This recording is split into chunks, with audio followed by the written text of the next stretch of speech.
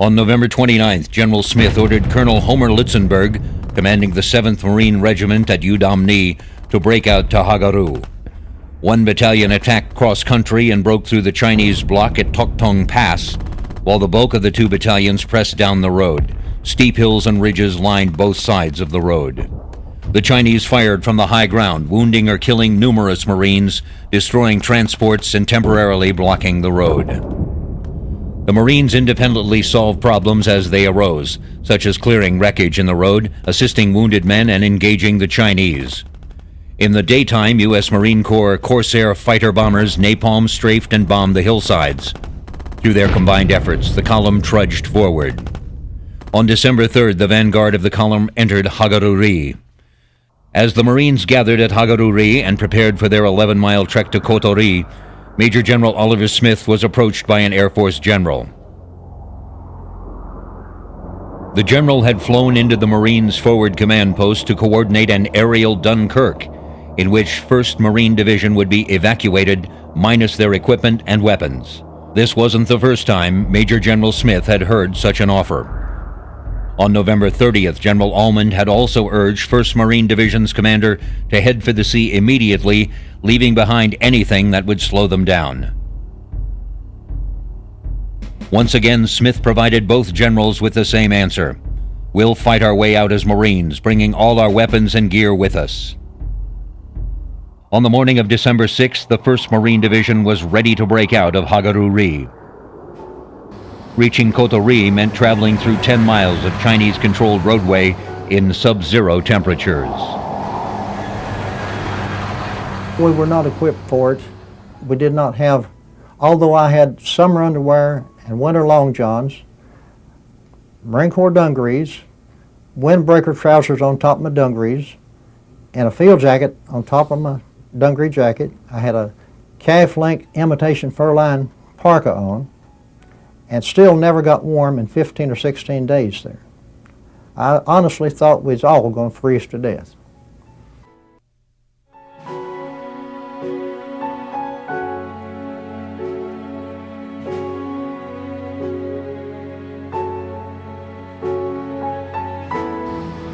On December 6th, Smith used the 1st Marine Division to spearhead the withdrawal through Kotori along a single narrow supply road that stretched 56 miles back to Hamhung. If the Marines were going to overcome these daunting conditions, along with the thousands of Chinese soldiers that stood between them and Hungnam, they would need air support. The commander of 1st Marine Air Wing, Major General Field Harris, devised a cover plan that would see the Marines through to their final destination. Every day, Marine fighters would fly directly over Smith's advancing columns, while Navy and Air Force fighters would provide further support. The Air Force pilots were especially effective at disrupting Chinese reinforcements and supply lines. With their aerial support in place, 1st Marine Division still had to deal with one major obstacle before leaving Hagaruri. East Hill overlooked much of the Marine supply route between Hagaruri and Kotori. Whoever controlled East Hill would also have command over the road south. The Chinese had also recognized the hill's strategic value and sent a battalion to hold it at all costs. If 1st Marine Division had any chance of breaking out, they would first need to dislodge the Chinese from East Hill. The task of taking East Hill fell to 2nd Battalion 5th Marines, who had just arrived from Udamni. At 0900, the Marines began their attack. In the Shajian Reservoir Campaign's bloodiest battle, Marines managed to dislodge the Chinese defenders only after 15 hours of non-stop fighting. As midnight approached, however, the Chinese prepared for a massive counterattack to retake the hill. Nightfall meant that Marine air support would have returned to their bases, leaving the Marines atop East Hill completely isolated. Aside from relying on their superior numbers, Chinese soldiers used psychological tactics to defeat their enemies. Well, I did hear bugles and I heard whistles, but with my company, I mostly remember the whistles, that they had a system worked out where they could control their troops by the way they blew the whistles. Shortly after midnight, East Hill's crest lit up with gunfire as the Chinese began their attack. Wave after wave of Chinese soldiers crashed into the Marine lines as both sides fought desperately for control of the hill. Despite sustaining heavy casualties, 2nd Battalion 5th Marines held on until the following morning, when Marine Corsairs returned to pound the Communist forces. There would be no more counterattacks at East Hill.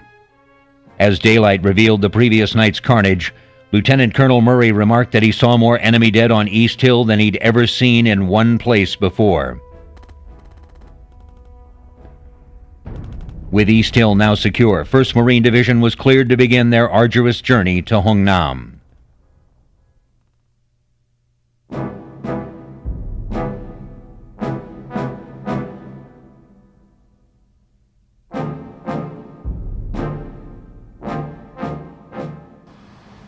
Early on December 7th, the first elements of 1st Marine Division departed from Hagaruri. For Major General Oliver Smith, who was traveling by helicopter, the journey to Kotori took only 10 minutes. It would take his Marines nearly a day and a half. The 7th Marines started out, punched a way out of there, and the 3rd Battalion, 1st Marines, my regiment, or my battalion, followed them.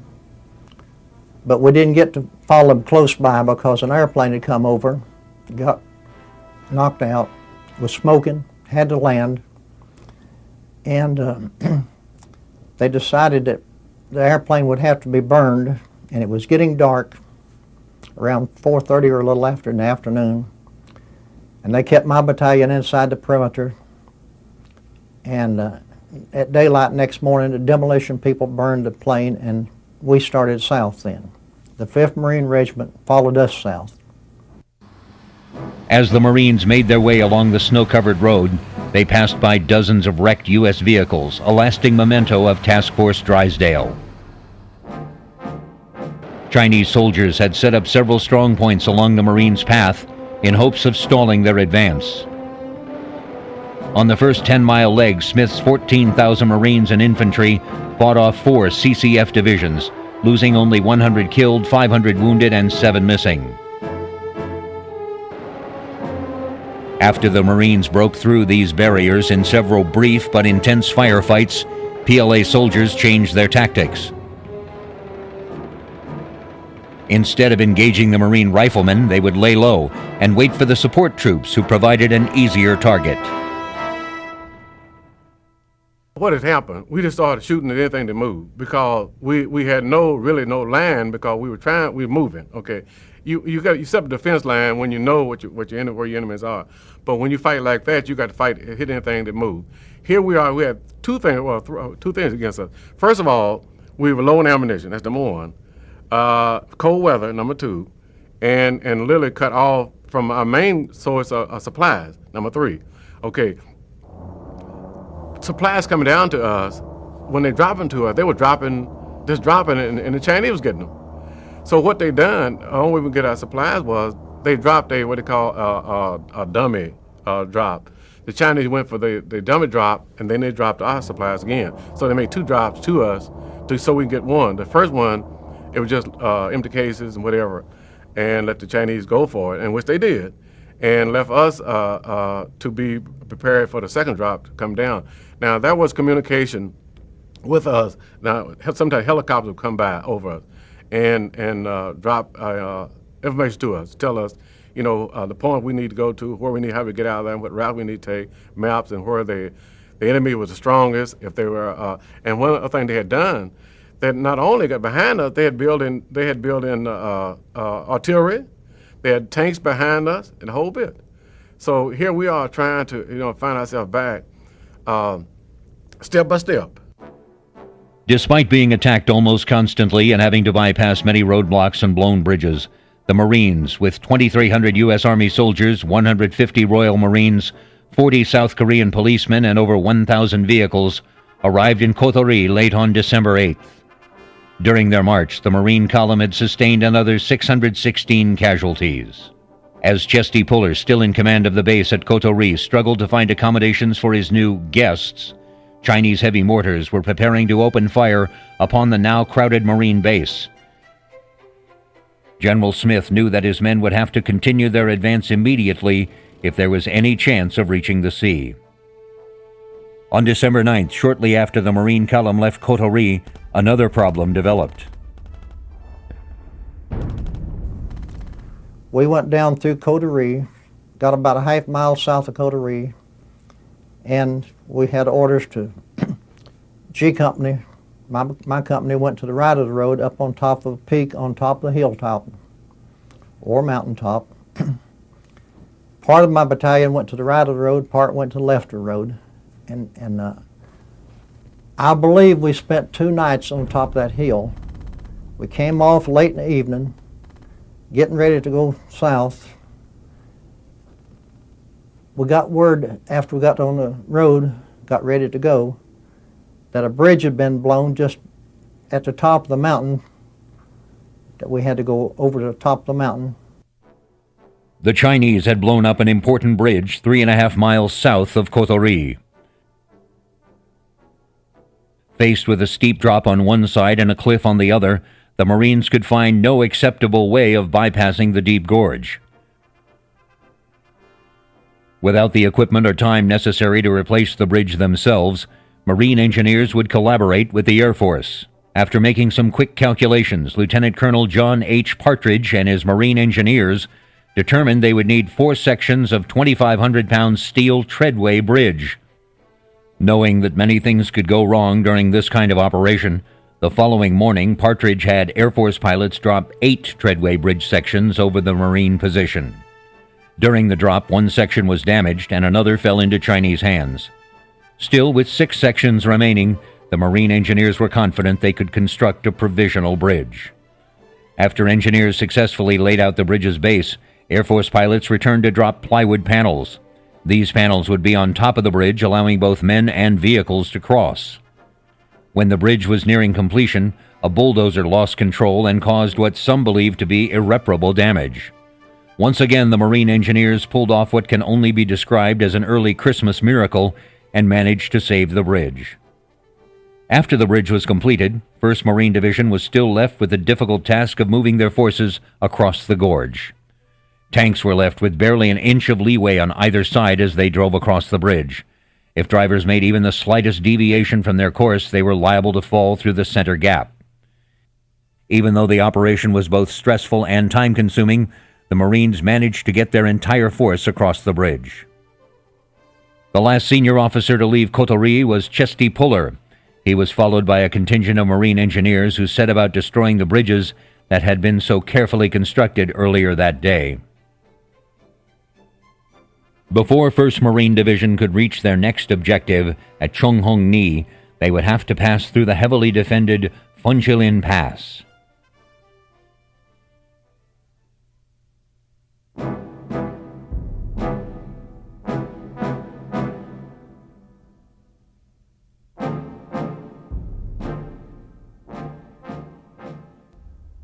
With the Marines making steady progress toward Hongnam, Chinese forces massed to make a last stand to block the breakout.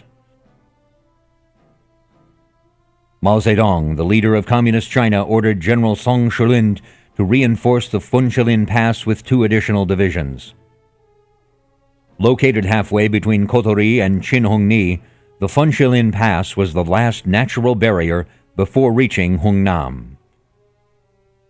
If PLA forces had any chance of stopping the Marines, they would need to do it at Funchilin.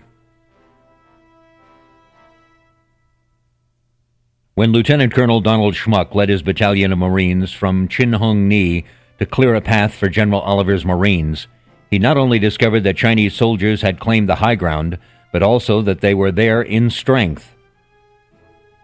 Among Schmuck's men was Captain Robert H. Barrow, a tall Louisianan who would one day become the Marine Corps Commandant.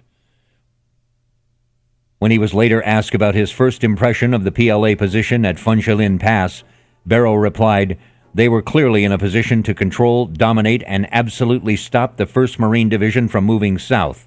They had to be dislodged." This monumental task would fall to Lieutenant Colonel Schmuck's Marines. General Field Harris ordered his Corsairs to soften up the enemy position for the attacking Leathernecks. Marine pilots flew over the pass's 4,000-foot high ridge tops, dropping both bombs and napalm. Just when Marine pilots appeared on the verge of driving the Chinese divisions out of Funchilin Pass, a violent snowstorm broke out. Faced with howling winds and blinding snowfall, General Harris was forced to call his Corsairs back. The Marine riflemen would have to dislodge the remaining Chinese by themselves. Colonel Chesty Puller ordered his southernmost battalion to lead the charge by clearing Hill 1081. As with East Hill at Hagaruri, Hill 1081 was critical to their success because it dominated the main road and several bridges. If the PLA soldiers were not dislodged quickly, they would be able to pick apart the 1st Marine Division. Puller's battalion approached Hill 1081 from Kotori as 2 additional Marine companies attacked from the opposite side. For once, the North Korean winter worked in the Marines' favor. Under the cover of snowfall, Captain Barrow's Able Company could ascend Hill 1081 undetected and overwhelm the Chinese strongpoint. Recognizing that they were in jeopardy of losing Hill 1081 and Funchilin Pass with it, the PLA soldiers launched a series of counterattacks to regain their position. The fighting was fierce as both sides tried desperately to take control of Hill 1081. In one instance, Chinese infantry rushed a tank and succeeded in killing the crew. At Okinawa 5 years earlier, 1st Marine Division had prided itself on being the only U.S. division to not lose a tank during an infantry assault. The Marines at Funchilin were not happy at having broken this tradition and promptly took their frustrations out on the offending PLA soldiers, literally tearing them limb from limb. Both sides incurred heavy casualties. Many companies saw their numbers shrink drastically. They literally crawled right up in our foxholes. And I had just taken a San Francisco Marine Reserve around to our company's command post. Each of us get 2 boxes of ammunition. And before we could get back to our machine gun, all hell broke loose. I could hear foreign language, and I didn't think it was South Korean. And the way it turned out there, we went down to 4 people from an 18, which is 1 man extra on a 17-man machine gun section. After Bobby Hallowell got killed, which was 5 from the last, Merton Good Eagle, a full-blooded Pawnee Indian, was evacuated for frozen feet and legs. That left me and 2 Pennsylvania boys. And the 3 of us walked out of the Chosin Reservoir from the 1st machine gun section. Our 2nd machine gun section, I believe, had 5 men. The 3rd machine gun section had 7. And the rifle 3 platoons was down just comparable to our machine gun sections. So there wasn't a whole lot of us left out of a company of about 227 people. The next day, the weather cleared enough for Marine Corsairs to rejoin the battle. Their presence was felt almost immediately. After several strafing runs atop Hill 1081, the Marine pilots dropped 2 265-pound bombs on Chinese bunkers and trenches, allowing Lieutenant Colonel Schmuck's battalion to make their move. With only 2 operational bunkers remaining, Lieutenant Colonel Schmuck's Marines made their final assault on Hill 1081's crest. When Chinese soldiers refused to surrender, the Marines unleashed a barrage of grenades and automatic weapons fire. All 530 Chinese defenders were killed during the action. With their victory at Hill 1081, the Marines had stymied the Reds' last attempt to prevent their breakout from Cha-Jin.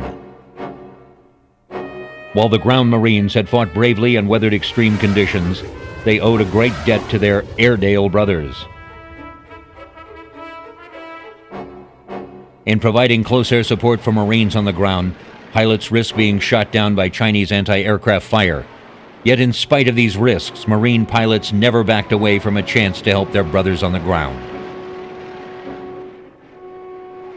General Oliver Smith expressed this indebtedness to the brave Marine pilots in a message to General Field Harris.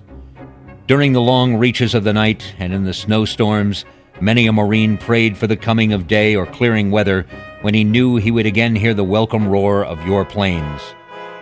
Never in its history has Marine aviation given more convincing proof of its indispensable value to ground Marines.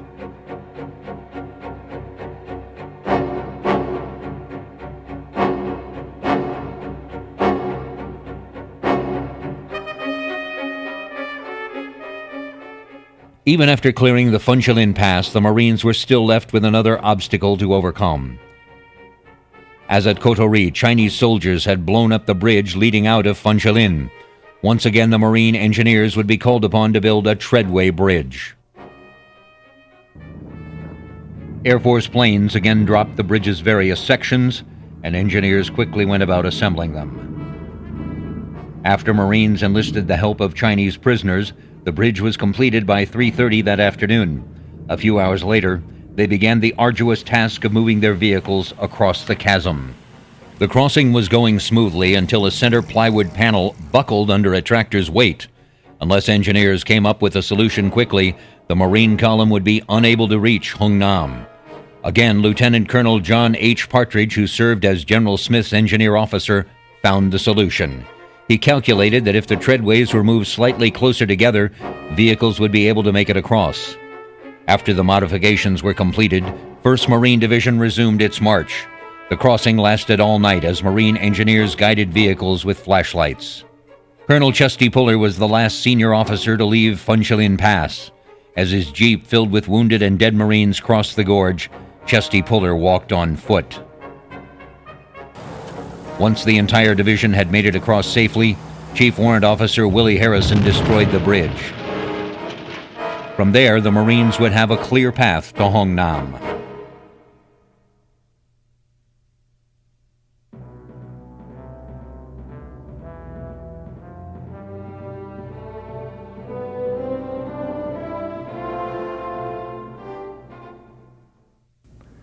We ate breakfast at the foot of the mountain after walking all night long down this very curvy, roaded mountain.